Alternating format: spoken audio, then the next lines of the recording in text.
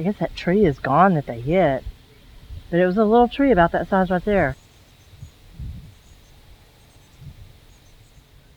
I said all along there was something wrong with that car, and they could never get it running properly.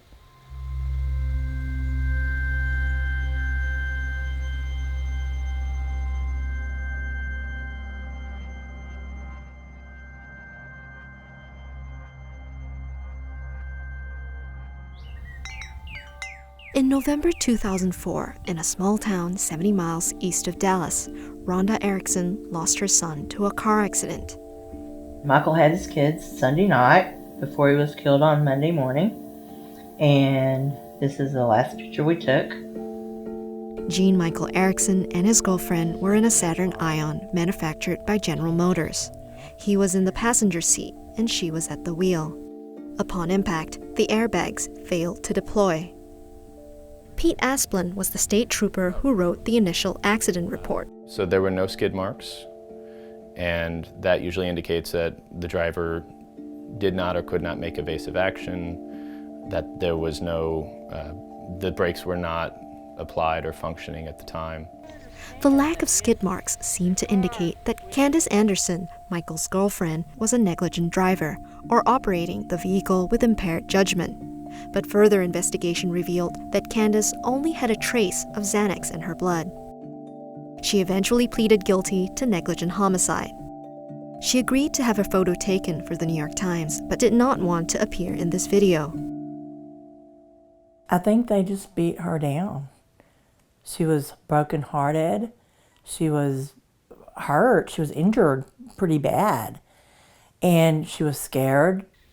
She didn't serve time, but was on probation for 5 years and had to pay restitution to Michael's family. Almost a decade later, it is now confirmed that the crash was linked to a faulty ignition switch that shut off the car's power steering and power brakes. And at the time of the accident, some employees at GM had already known about the problem. It is tragic that there has been lives lost and lives impacted with this event.